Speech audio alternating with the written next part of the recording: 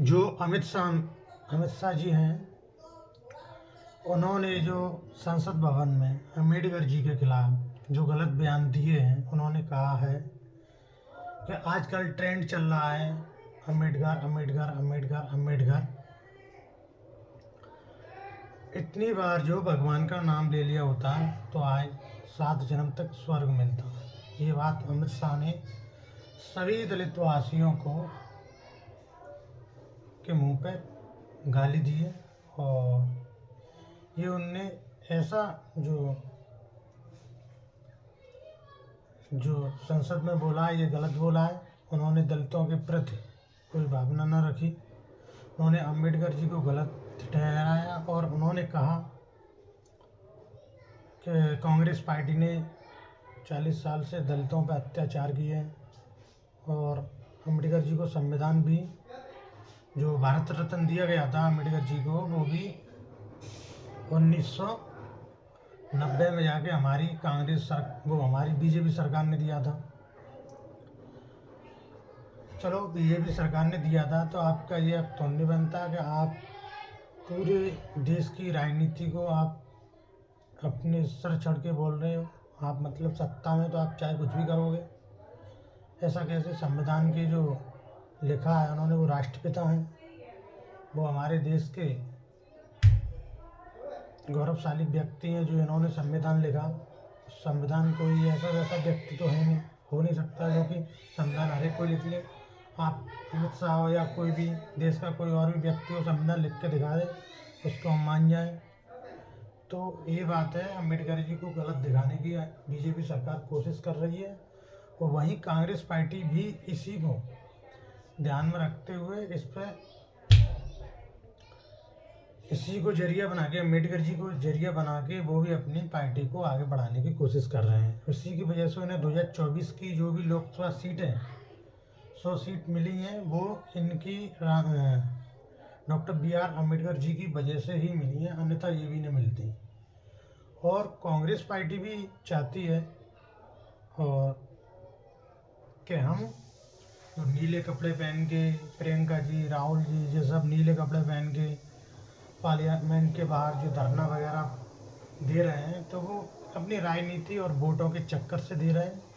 जनता पहले वाली जनता नहीं है, सब जागरूक जनता है। और अमित शाह जी ने, वैसे तो मैं मानता हूँ कि उन्होंने ये गलत बात कही है, उन्होंने इस तरीके से नहीं कहना था तो और किसी तरीके से बोल देते तो कोई बात नहीं होती। क्योंकि आप भी भाई गृह मंत्री हो देश के, आपको क्या बोलना चाहिए क्या नहीं बोलना चाहिए आपको कुछ समझ नहीं आता क्या? आप तो अपनी सनक में बैठे हो, आप पे मतलब सत्ता है तो आप चाहे कुछ भी करोगे। ये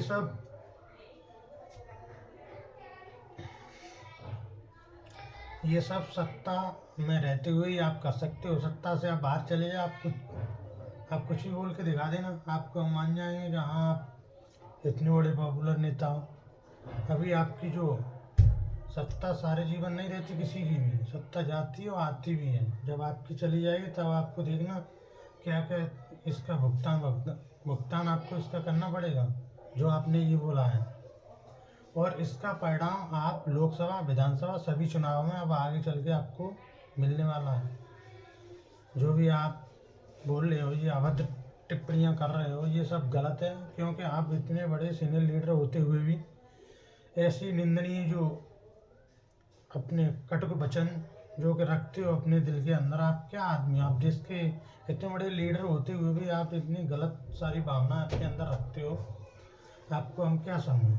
हम देश के प्रधानमंत्री मोदी जी को इतना प्रेम करते हैं, शायद ही कोई करता होगा। पर आप लोगों के अंदर भी वही चीज़ भरी है, दलितों के प्रति सारी गलत चीज़ और गलत भावना। आप कभी सुधरने वाले नहीं हो, वो हम जानते हैं। चाहे कांग्रेस पार्टी हो, चाहे बीजेपी पार्टी हो, सबने अम्बेडकर जी के नाम से वोट लिया और वोट के प्रति, उन्हीं के वोट के प्रति आप प्रधानमंत्री बने। हम ये भी जानते हैं कि आप जो प्रधानमंत्री 2-3 बार जो बनते आ रहे हो ना, ये दलित वोटरों की वजह से ही बनते आ रहे हो। दलितों का भी बहुत वोट है, इधर OBC वोट है। और आपने इन सब के ध्यान में रखते हुए भी हमारे देश के जो आइकॉनिक और हमारे देश के संविधान लिखने वाले और हमारे देश के संविधान को और देश की कैसे नींव रखी जाए उसी व्यक्ति के ऊपर आप गलत टिप्पणी बोल रहे हो। आप कहाँ से गृह मंत्री हो सकते हो? आप अपने घर के मंत्री नहीं हो सकते, गृह मंत्री क्या होगे पूरे देश के? हम तो ये मानते हैं आप में वो सहन शक्ति नहीं है, आप में उनकी मतलब ये आपको इतनी बुरी भावना लग रही है कि अम्बेडकर अम्बेडकर अम्बेडकर नाम लेने से आपको इतना जब बुरा लग रहा है तो आप किस मनोवृत्ति में आते हो? आप तो वही पुराने वाले दिख रहे हो जो कि सन 1920 की जो धाराएं चल रही थी उसी हिसाब से आप चल रहे हो आज। आपके अंदर और क्या है? राजनीति में आप अपने विषय में बोलिए, SC ST OBC का जो आरक्षण है उसके बारे में बोलिए, आप अम्बेडकर जी के बारे में बोलिए। तो उस तरीके से आपको बयान नहीं देना चाहिए था जो आपने जो सदन में दिया। और यहाँ सभी पार्टियाँ अपने मकसद में मजे ले रही हैं। राहुल गांधी भी चाह रहे हैं, राहुल गांधी ने 2024 का जो चुनाव लड़ा तो वो इसी बदौलत जीते जो उनकी सीटें बढ़ी, जो 10-20 सीटों की वजह से उनकी सीटों में इजाफा हुआ जो कि 100 पर पहुंच गई। ये इस वजह से हुआ कि अम्बेडकर जी का जो संविधान है उसकी बदौलत और उनके नाम से कि ये संविधान खत्म कर देगी बीजेपी पार्टी, तो इस वजह से ये लोग जीते। अन्यथा ये भी इनकी सीट नहीं आने वाली थी। और यहाँ पे जो सपा पार्टी की बात करें तो सपा पार्टी ने भी दलितों पर अत्याचार किए हैं। और अभी आप क्या समझ रहे हो? सपा पार्टी भी उन्हीं मनोवृत्ति में लिप्त है। आप आगे चल के देखना सपा पार्टी का क्या हाल होने वाला है। ना आप इधर के रहोगे ना आप उधर के रहोगे, आप हो जाओगे 0 बट्टे सन्नाटा। जैसे कि अभी बहन जी मायावती जी हैं वैसे ही आपको होना है आगे चल के। और ये 2 पार्टियां ही मजा लेगी। वो भी मैं आपको आज बता दूं वो 2 पार्टियां कौन सी हैं, बीजेपी और कांग्रेस। इन 2 के सिवा तीसरी पार्टी कोई भी बन जाए आगे चल के, तो आज मैं ये वीडियो बना रहा हूँ, आप ये कभी भी वीडियो देख सकते हो। कभी इन 2 पार्टियों के सिवा कोई पार्टी प्रधानमंत्री बन ही नहीं सकता इन दोनों के सिवा। बीजेपी और कांग्रेस ये 2 पार्टियां सत्ता पर राज करेंगी और पूरी देश की पार्लियामेंट पर राज करेंगी।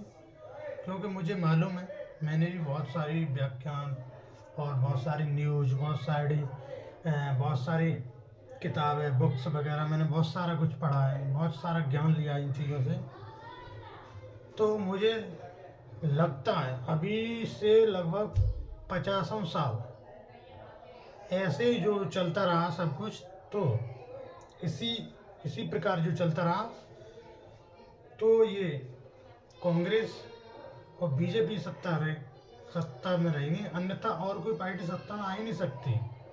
जो ऐसे ही चलता रहा तो ना सपा आएगी ना बसपा आएगी ना और कोई अदर जो पार्टियां हैं, तृणमूल कांग्रेस है जो कि ममता बनर्जी की पार्टी, वो भी नहीं आएगी। सारी पार्टियां धरी की धरी रह जाएंगी और मजा कांग्रेस बीजेपी मारेगी। ये मैं आज आपसे लिख के दे रहा हूँ।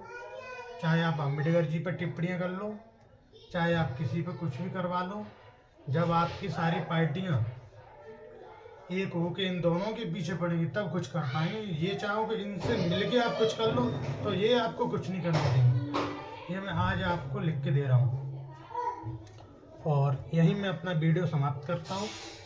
और आप इसमें कमेंट और शेयर और सब्सक्राइब करना और आप बताना कि मैंने कुछ बात गलत कही या सही कही। और राजनीतिक विशेषज्ञ जो भी हो वो भी कमेंट कर सकते हैं, जो भी बात मैंने कही हो, गलत कही हो या सही कही हो, उसके बारे में।